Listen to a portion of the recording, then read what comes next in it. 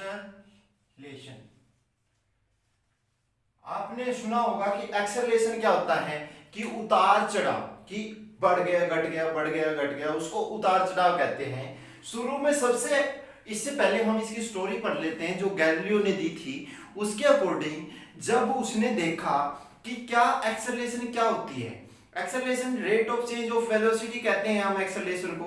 But क्या acceleration actual में sorry acceleration से पहले हम एक टॉपिक कर लेते हैं, इंस्टेंटेनियस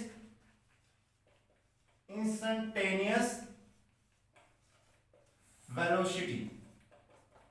इंस्टेंटेनियस वेलोसिटी क्या होती है? अब जैसे इंस्टेंटेनियस इंस्टेंट, एक इंस्टेंट पे किसी चीज की पोजीशन टाइम के अकॉर्डिंग देखना, उसको इंस्टेंटेनियस वेलोसिटी कहते हैं। मान लो यहां से ए से चले, हम पहुंच गए बी पे, हम यहां से चलते हुए बी पे पहुंच गए, या फिर ये पाथ था हमारा, जो ये पाथ था, जो ये पाथ लेंथ थी यहां से यहां तक, ए बी पहुंच गए ए से, जो ये स्ट्रेट लाइन थी, यहां पे इंस्टेंटेनियस वेलोसिटी क्या है कि हमने एक छोटा सा पाथ लिया, यहां इसके बीच की ये वेलोसिटी मेजर की, चेंज इन वेलोसिटी मान लो ये v1 था ये v2 था, ये डेल्टा v मान लिया हमने।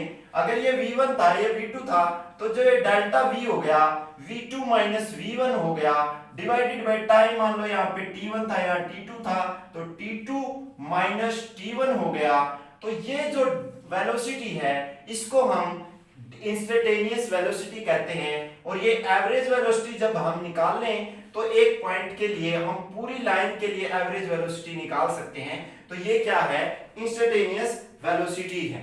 ठीक है, इंस्टेंटेनियस वेलोसिटी यहां से स्टार्ट होके v2 minus v1 divided by t2 minus t1, तो ये क्या होती है? इंस्टेंटेनियस वेलोसिटी, जिसका यूज हम आगे करेंगे। लेकिन इससे पहले हमें इसे समझना होगा, अगर इस पोजीशन यहां की वेलोसिटी बताएं तो इंस्टेंटेनियस वेलोसिटी एवरेज वेलोसिटी से डिफरेंट हो सकती है, क्योंकि हम एक छोटी सी पॉइंट ले रहे हैं, एक पूरे पाथ की नहीं कवर कर रहे।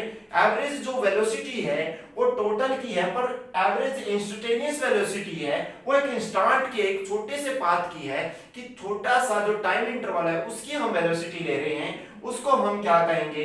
Instantaneous velocity. यहां पे हमने वेलोसिटी की बात करी, इंस्टेंटेनियस वेलोसिटी की, उसके बाद हम हमारे उसी पॉइंट पे आ जाते हैं, दैट इज एक्सेलरेशन। एक्सेलरेशन क्या है?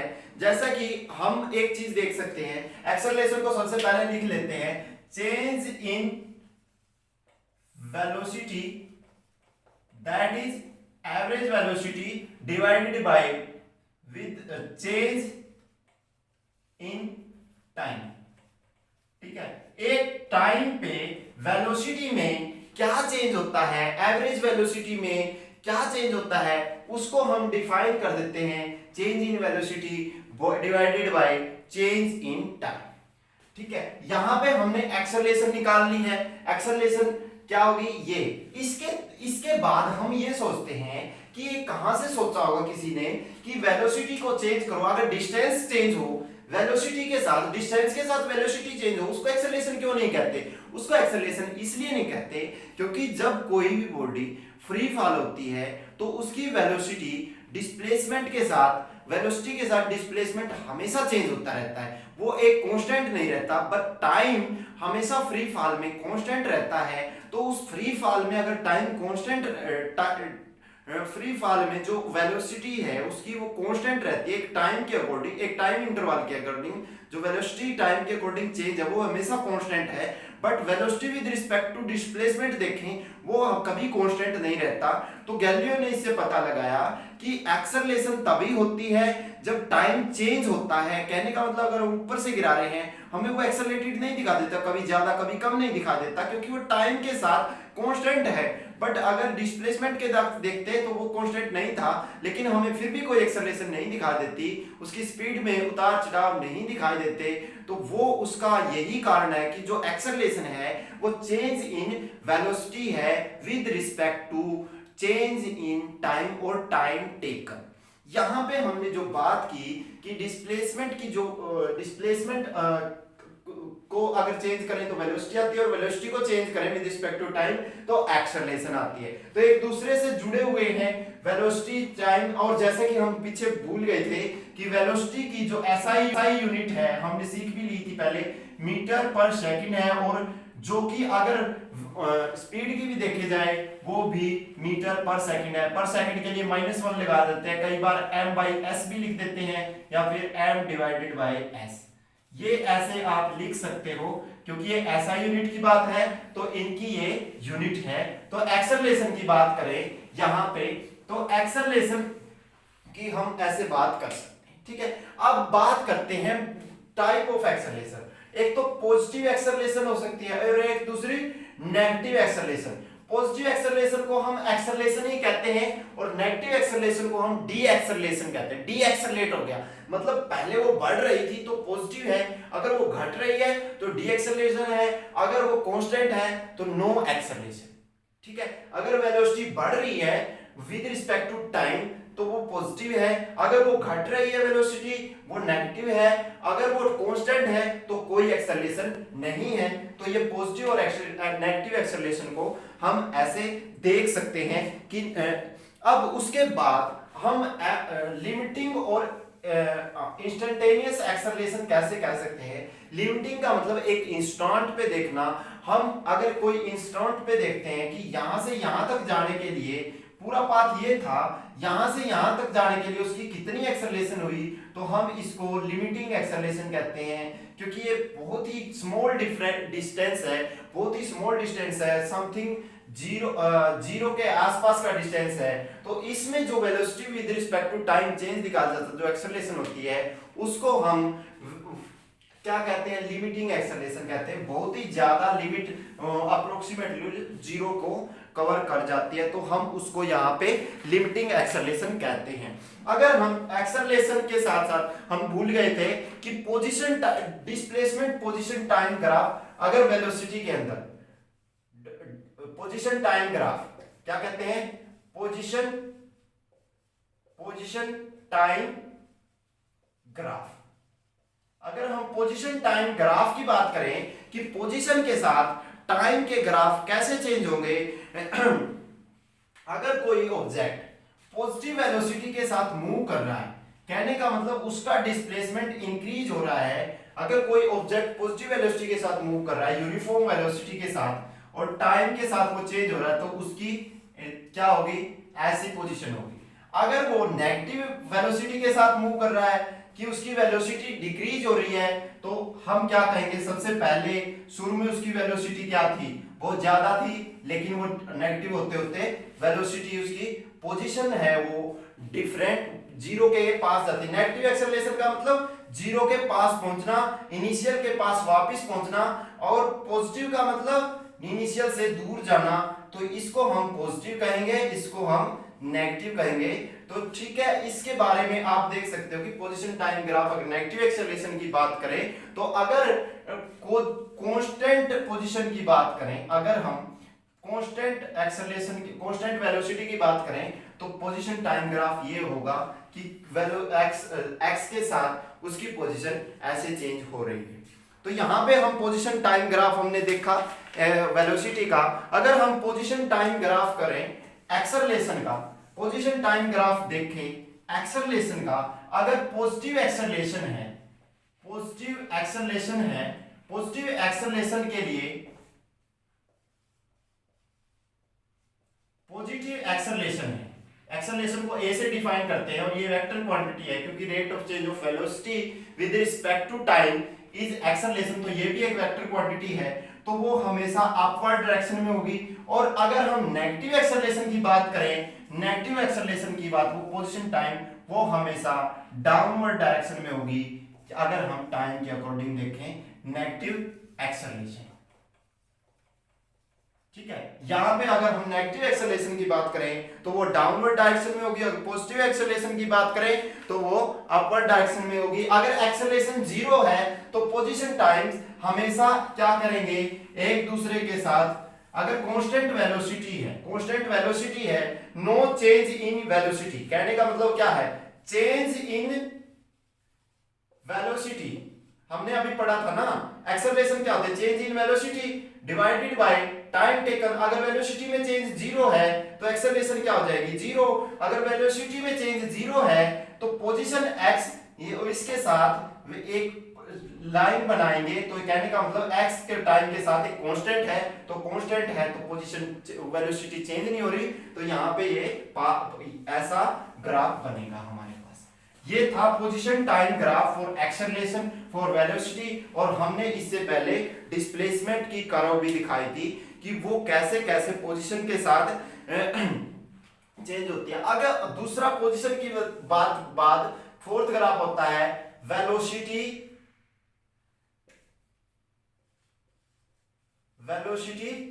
Time graph. कहने का मतलब हम अगर इस एक्सिस पे टाइम लें, एक्स एक्सिस पे, वाई एक्सिस पे वेलोसिटी लें, अगर वेलोसिटी टाइम एक्सेलरेशन अगर जीरो है, अगर एक्सेलरेशन जीरो है तो वेलोसिटी क्या है, कांस्टेंट है, तो उसका एक्सेलरेशन जीरो के केस में पोजीशन वेलोसिटी टाइम ग्राफ ये बनेगा। अगर एक्सेलरेशन, अगर वेलोसिटी और टाइम, अगर एक्सेलरेशन कांस्टेंट है, acceleration is equal to constant है, अगर एक्सेलरेशन कांस्टेंट है तो उसका पोजीशन टाइम ग्राफ ये बनेगा, position velocity graph, time velocity graph ये बनेगा कि वो कांस्टेंट है, कि मतलब वेलोसिटी भी और टाइम के साथ एक्चुअली सेम चेंज हो रही है। तो हम यहाँ पे देख सकते हैं कि वो वेलोसिटी ऐसे पोजीशन के साथ चेंज हो रही है। मान लो इनिशियल वेलोसिटी जीरो थी, टाइम अगर मान लो कोई भी ऑब्जेक्ट है, अगर हम यहाँ पे बात करते हैं पोजीशन टाइम ग्राफ की, हमने एक्सेलरेशन में पढ़ा कि जब वेलोसिटी टाइम ग्राफ के अंदर देखते हैं, मान लो कोई ऑब्जेक्ट यहां से चला, उसकी वेलोसिटी हमने मान ली v नोट थी, ठीक है, v नोट से वो इनिशियल वेलोसिटी v नोट थी और उसने ट्रेवल किया, ये मान लो v, यहां पर पोजीशन पे पहुंच गया v, यहां पे मान लो उसने t और यहां पे पोजीशन थी 0, मतलब 0 सेकंड से चला और t तक पहुंचने के लिए उसकी velocity v naught to v change हो गई।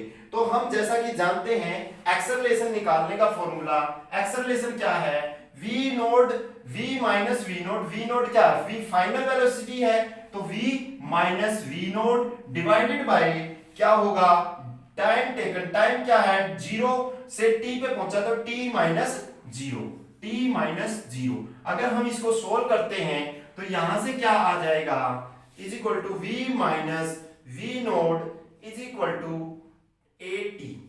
अगर इसको और सोल्व करें v is equal to v naught plus at, ठीक है। ये एक रिलेशन है जो बहुत इंपॉर्टेंट है और इसी रिलेशन को हम फर्स्ट इक्वेशन ऑफ मोशन भी कहते हैं। अगर इस रिलेशन का यूज करके हम और इक्वेशन ऑफ मोशन निकालना चाहते हैं तो वो भी वेलोसिटी टाइम ग्राफ से निकाली जा सकती है। यहाँ पे दो मेथड है, अभी बात करेंगे कि अभी हम बात करते हैं, देखो एक दूसरे से हर चीज रिलेटेड है। मैंने शुरू से स्टार्ट किया और यहां तक पहुंचने के लिए मैंने सबसे स्टार्ट किया कि सबसे बेसिक डिस्प्लेसमेंट से स्टार्ट किया था, पोजीशन से स्टार्ट किया था और यहां तक पहुंचने के लिए एक्सेलरेशन के बाद यहां हम पहुंच गए, लेकिन एक दूसरे से इंटर रिलेटेड है सारी चीजें। अब हमने डिफाइन कर लिया कि जब पोजीशन टाइम ग्राफ था, उस पोजीशन टाइम ग्राफ हमारा क्या था, पोजीशन टाइम ग्राफ हमारा ये था कि यहां से मान लो v नोट से कोई ऑब्जेक्ट चला, यहां पे पहुंच गया v पे, v वेलोसिटी के साथ पहुंच गया। अब वेलोसिटी का ये है, वेलोसिटी है इस पे, वेलोसिटी है इस एक्सिस पे और इस एक्सिस पे टाइम है। अगर यहां से चल के कोई ऑब्जेक्ट यहां पे पहुंच जाता है तो यहां से यहां तक उसने जो टाइम लिया है, आप इसको डिफाइन कर सकते हैं कि इसने जो टाइम लिया है, ये टाइम लिया इसने t, तो यहां पे यहां से यहां तक पहुंचने के लिए इसने टाइम लिया t। अगर हम यहां पे एक बात और कहूंगा कि जो area under the velocity time graph है उसको हम क्या कहते हैं, डिस्प्लेसमेंट। एक सबसे इंपॉर्टेंट पॉइंट है area under velocity time graph, ठीक है, उसको हम क्या कहते हैं, area under velocity time graph is displacement. जो टोटल डिस्प्लेसमेंट है उसको क्या कहते हैं, area under the velocity time graph. मतलब ये जो वेलोसिटी टाइम ग्राफ है ये वाला, इसको ये जो एरिया है शेडेड रीजन, अगर इसका टोटल वैल्यू निकालें तो ये हमेशा डिस्प्लेसमेंट आएगी कि डिस्प्लेसमेंट उसने कितनी ट्रेवल की इनिशियल से फाइनल पोजीशन जाने के लिए। अब देखते हैं कैसे होता है। इसने कहा एरिया अंडर, एरिया के लिए इंटीग्रेशन किसका, इसका वेलोसिटी का, velocity with respect to time dv by dt, और v यहां पे क्या है, इनिशियल माइनस फाइनल, तो हम उसको क्या कह सकते हैं, dv change in velocity dv dt। तो dv क्या है, अगर हम वेलोसिटी की वैल्यू निकालें, सॉरी v है ये, वेलोसिटी निकालें तो ds अपॉन में dt divided multiply by dt, और इसका अगर इंटीग्रेशन करें, या जैसे कि आपको इंटीग्रेशन थोड़ा बहुत आता होगा, तो उसमें इंटीग्रेशन में क्या है, जब हम इंटीग्रेशन करते हैं ये दोनों एक दूसरे से कैंसिल आउट, तो यहाँ पे ds बच गया। अगर ds का इंटीग्रेशन करें, अगर छोटा सा पार्ट का इंटीग्रेशन, अगर छोटे छोटे पार्ट सारे हैं उनको इंटीग्रेट करें तो टोटल लाइन आ जाती है, तो टोटल s आ जाएगा। s इज क्या है, s हमने यहाँ पे क्या माना है, डिस्प्लेसमेंट, तो डिस्प्लेसमेंट ये सिंपल है कि एरिया अंडर, एरिया का मतलब integration under this curve dt, छोटे छोटे पार्ट बनाए हमने ऐसे, जैसे हमने 10th में पढ़ा था कि हम छोटे छोटे पार्ट करके उनको सम कर देते हैं, सम करना, that is integration area under the velocity time graph, that is called displacement. यहां से हमें मिल गया दैट इज कॉल्ड डिस्प्लेसमेंट। जैसा कि हमारी इस ग्राफ से इक्वेशन आ चुकी है तो उसका ही जिक्र हम यहाँ पे करेंगे। अगर हम एरिया इंटीग्रेशन की बजाय सिंपल मेथड से निकालते हैं तो वो कैसे निकलेगा और क्या आंसर आएगा, तो देखते हैं। क्योंकि ये v है, v नोट है, ये t है, ये t, यहाँ पे हमारी पहली इक्वेशन आ चुकी है v equal to v naught plus at, जो हमने यहीं से निकाली थी। तो यहाँ पे जो हम सेकंड इक्वेशन निकालने की जो बात कर रहे हैं, हमें निकालना है area under this curve. Area यह क्या है, एक ट्रायंगल है, और ये क्या है, एक रेक्टेंगल है, ठीक है। इन दोनों का सम करेंगे। कहने का मतलब अगर एरिया हमें निकालना है, area that is displacement s, अगर एरिया हमें निकालना है, जो अभी बताया, area under this curve is displacement, that is displacement निकालें एरिया ऑफ ट्रायंगल। आपने कनेक्ट नहीं कर पा रहे तो मैं बताता हूं, अभी मैंने एरिया निकाला था इसका कि जो VDS इंटीग्रेशन आप पीछे देख सकते हो, तो उसमें जो एरिया निकाला था वो हमारा क्या आया था, टोटल S।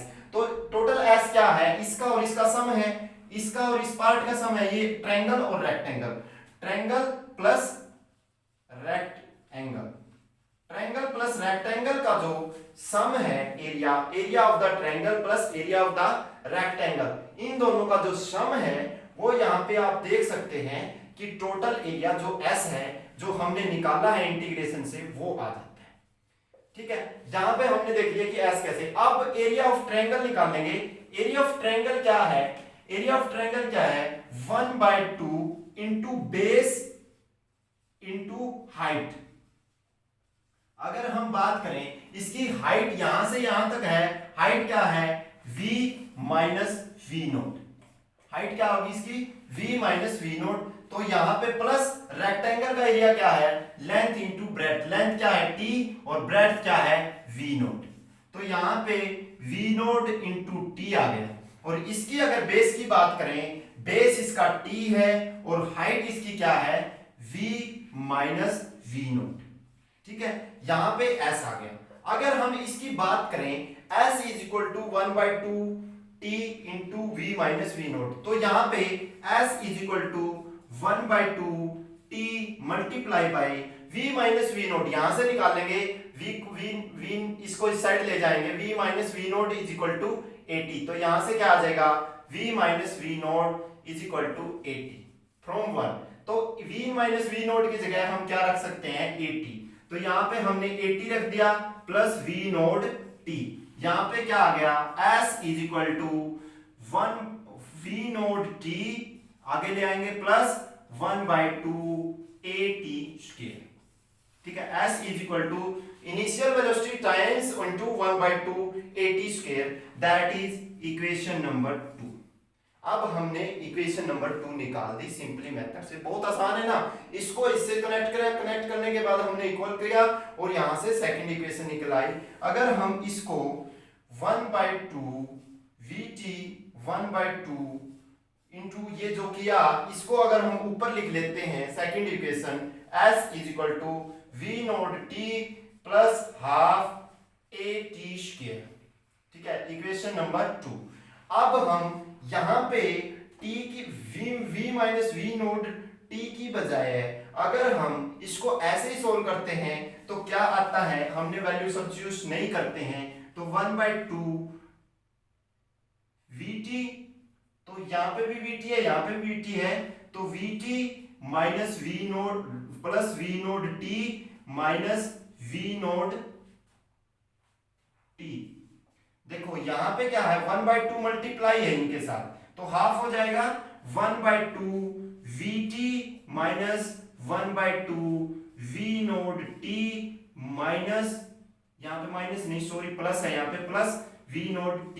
तो यहां पे क्या आ जाएगा, अगर हम इसको सोल्व करेंगे तो यहां से आ जाएगा 1/2 vt minus plus 1/2 v node t। तो यहां से 1/2 t बाहर निकल सकता है।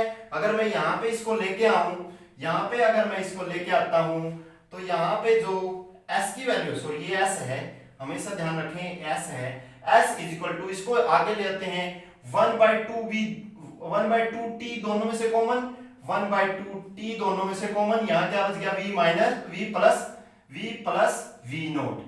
तो यहां पे क्या आ गया, s की value 1/2 t v plus v naught.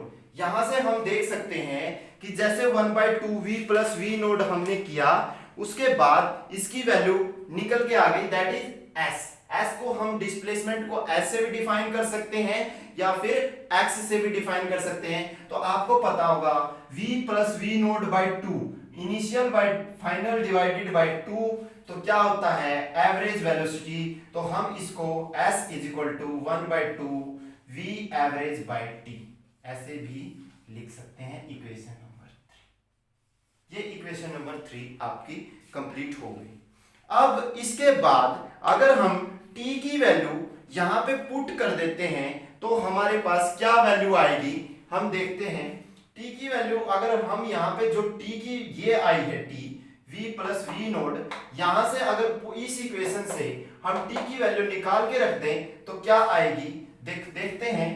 t की वैल्यू अगर यहां से इसको भी छोड़ दो, एक बार इसको भी आप छोड़ दो, तो s में s is equal to 1/2 into t की वैल्यू रख दो। t क्या है, यहां से क्या आएगा, t is equal to v minus v naught by a, ये आ जाएगा। तो t की वैल्यू रखो v minus v naught by a multiply by v plus v naught. यहां से हम इसकी वैल्यू लिख देंगे तो क्या आ जाएगा 1/2 into v minus v note, v minus v note, v का स्क्वायर माइनस v नोट का स्क्वायर डिवाइडेड बाय a, ये आ गया इज इक्वल टू s। अगर ये दोनों को इस साइड लिया जाए तो क्या हो जाएगा, v का square minus v naught square is equal to 2a है 2as, that is equation number 4। जो motion of equation of motion है, हमने चारों इक्वेशन निकाल दी, फर्स्ट सेकंड, ये थर्ड हो गई और ये फोर्थ हो गई। तो चारों इक्वेशन हमने निकाल दी हैं इक्वेशन ऑफ मोशन का यूज करके। अब ये मेथड था हमारा ग्राफिकल से हमने निकाला है। अब हम इंटीग्रेटिंग मेथड से निकाल सकते हैं ये सारी इक्वेशन, वो भी हम देखेंगे कि इंटीग्रेटिंग मेथड से ये सारी इक्वेशन कैसे निकाली जा सकती हैं, उसके बारे में भी हम आपको डिटेल में बताएंगे कि इंटीग्रेटिंग आपको इस चैप्टर में पता चला, डिस्टेंस, डिस्प्लेसमेंट, ये सारी चीजें आपने सीखी हैं। एक दूसरे से बिल्कुल सिंपल वे में एक दूसरे से इंटर रिलेटेड कैसे हैं, वो सब चीजें आपने सीख ली हैं। उसके बाद हमने क्या किया कि उन इक्वेशंस का यूज करके इक्वेशन ऑफ मोशन निकाली, जो बहुत ही आसान थी लेकिन ग्राफिकल मेथड से निकाली। हम नेक्स्ट लेक्चर होगा उसमें हम निकाल लेंगे इक्वेशन ऑफ मोशन को with help of integration method. ठीक है, और उसके लिए हम नेक्स्ट लेक्चर में बात करते हैं। Okay, thank you.